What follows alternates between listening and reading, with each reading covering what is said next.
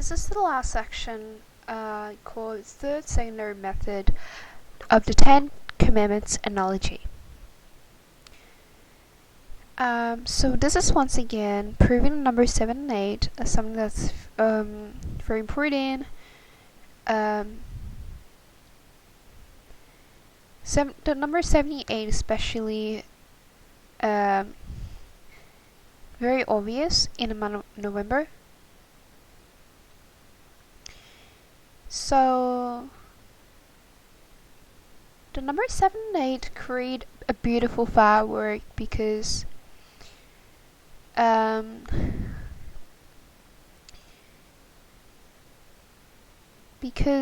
the 10 Commandments analogy. The 7 Commandments about the marriage, second between the bride and bridegroom, Jesus, marriage. The commandment is the perfect analogy of the rapture of the bride, because the 8 commandments about stealing. During the time of crucifixion, there were 2 thieves.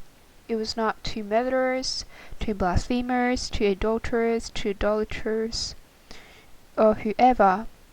There must be a reason that there were 2 thieves, that pointing to the 8th commandment.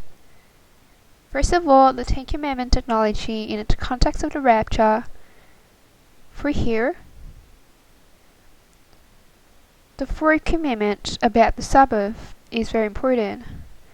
The 6th commandment, as explained before, the 7th commandment, the about marriage, the 8 about stealing, which I'm going to explain later. The 9 is truth, which is synonymous with the word gospel and which is very important to the month of September.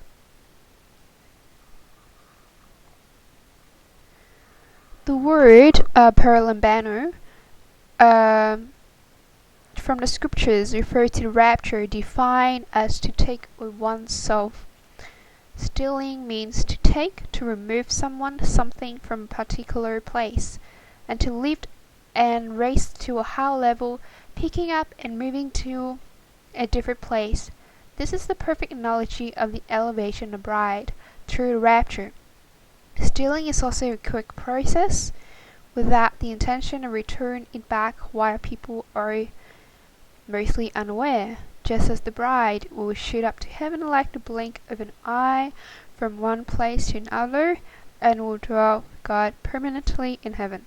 So this is the perfect analogy. The 8th commandment is a perfect analogy of the rapture of the bride, because stealing, if you think about the real situation of if you see someone that's stealing, it is taking something away from its original place to another place. So this is exactly the pattern for the rapture. The rapture will be taking from one place to another place. So the original place will be the earth, and to another place will be heaven. So this is proving once again that the number 8 as August will be very important as a reference for September and November. Remember the code 34 in August, and this calendar of the 4th version of the Jewish one, that is with delay and with the leap year. The delay, the first new moon delay,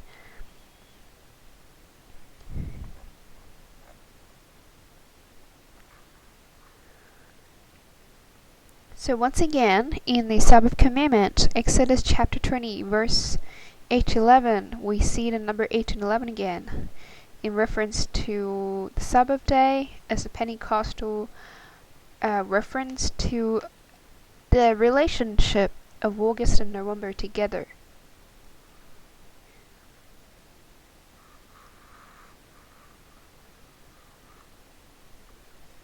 Just as in Exodus chapter 24, verse 1 and 9, they are identical verses that make up 7777, there were 70 elders and 4 people. So that's 74, and that's 47.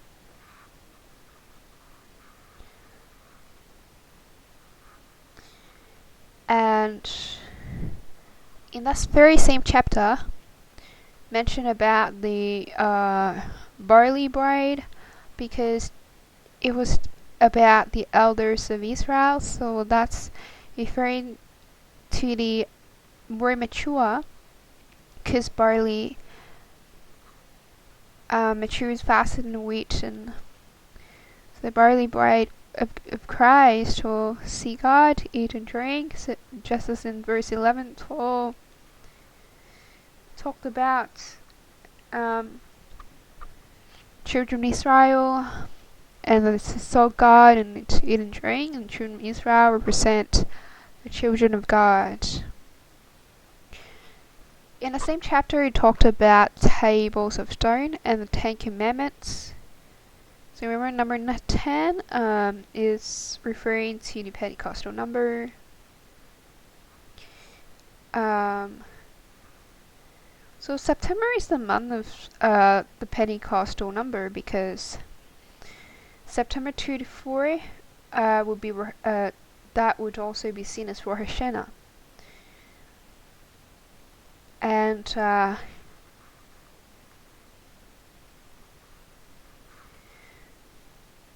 so it's interesting to see that September 2, 3, and 4 resemble Psalm chapter 23, verse 4 again.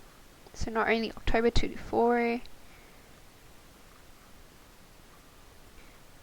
And it's interesting to know that the number 9 equals to number 6.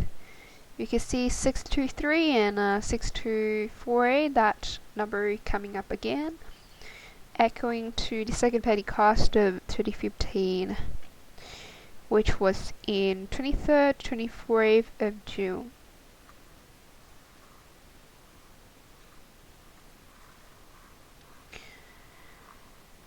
So, there must be purpose behind having 10 Commandments being mentioned in Exodus chapter 24.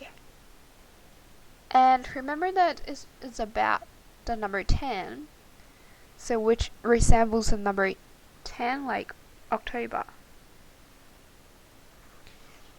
Confirming the importance of October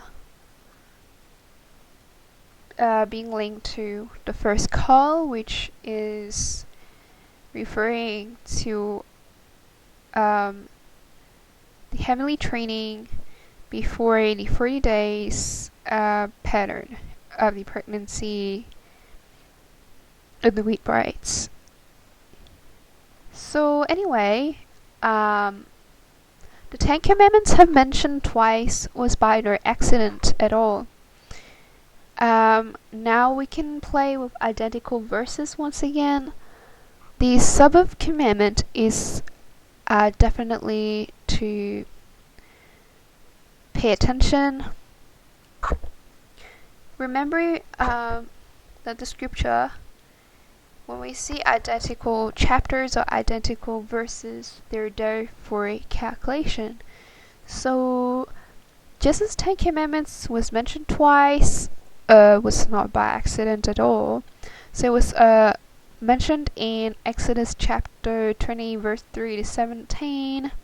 The other one in Deuteronomy chapter 5 verse 7 to 21. So below would be the list of combining both chapters of each commandment. So the first result is actually trying to confirm that four quadrant equation. Maybe possibly to add more meaning or confirmation to the equation that was obtained from Exodus chapter 20 verse 13 and 16. So now we get 20. those two, and also the other two in Deuteronomy chapter 5, which is actually the same commandments of the 6 and the 9. And putting them into a calculation, it comes out the number 66. So it's kind of like a confirmation to the four quadrant equation, something that's related to the end. The other analysis is to add the 4 verses of the Sabbath commandment of chapter 20 of Exodus, another 4 verses of Deuteronomy chapter 5, and combining with the verse 16, which is about the 9th commandment according to September and 2016. And now we can see that by addition, 25 plus 128 equals to 153. So combining with the 9th commandment to the Sabbath, together of both 10 commandments that was mentioned twice in 2 books of the Bible, and now we can see the number 153 representing a great harvest of souls as a confirmation, possibly in a year of 2016, and more specifically starting on the month of September of 2016, because Exodus chapter 20 verse 16 resembles 2016. Second of all, verse 16 is about the 9th commandment according to number 9. I know that there could be so much more calculations, but these are what I think would be the focus. So remember that 2015-2016 are very important. You know that they cannot go one without another. They must be connected for the transformation code and meaning. So this using the Exodus chapter 20, verse 15-16, putting the calculation of Deuteronomy chapter 5, verse 19-20 of the 8 and 9 commandments, which is also about 2015-2016, and it comes out the number 120. 120. This number is a worldwide judgment number, and this is confirming that from 2015 to 2016 will be the very possible year of the judgment from God, as represented by the number 120 from the analysis of the 8 and 9 commandment. That makes up the number of the year of 2015-2016 together. And so lastly, I want to talk about the Sabbath day.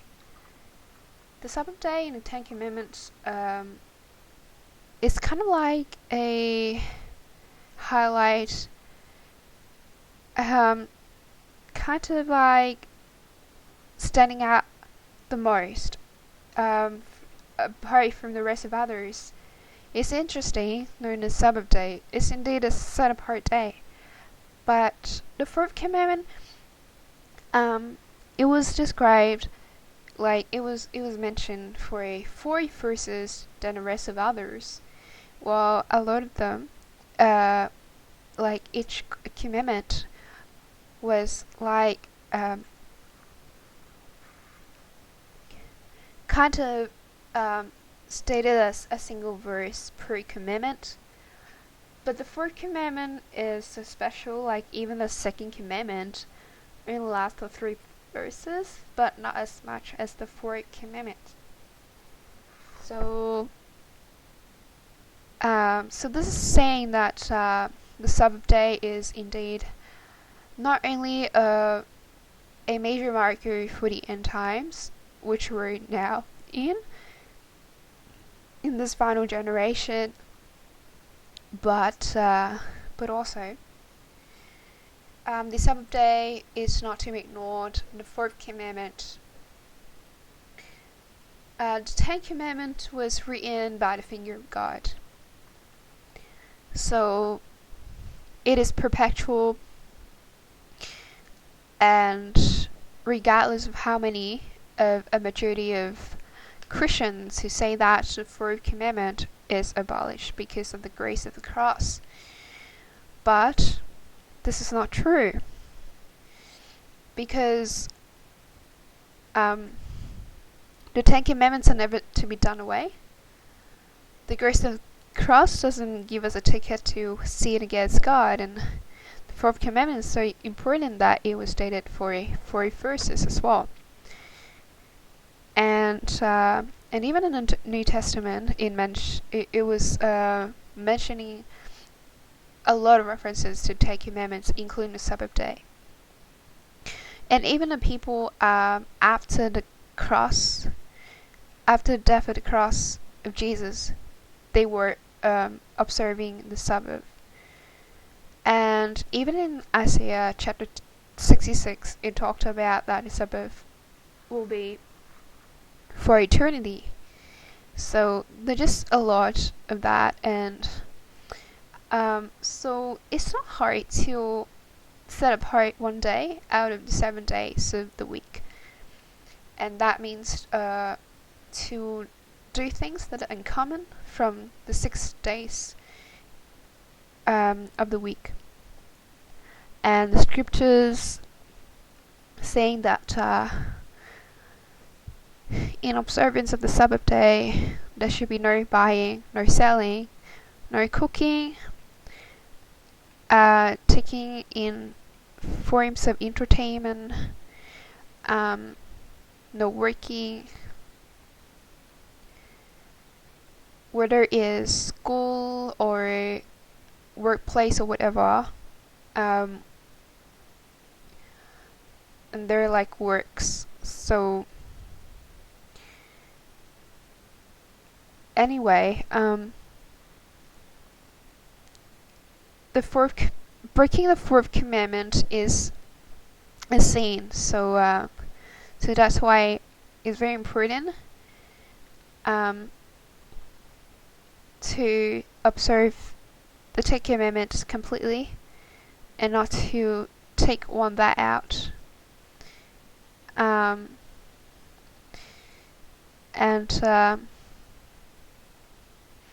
Because the truth is not here to tickle our ears, and that we could choose whatever that we wanted to, because when we give our lives to Christ, it is a complete surrender, because this is what it is required to truly be complete reconciled with God, is to truly complete surrender, and including taking every commandment of the Lord very seriously. So anyway, this is the end of the book, but if you're interested to get a copy of that, then it would be in the description box with the link. Thank you.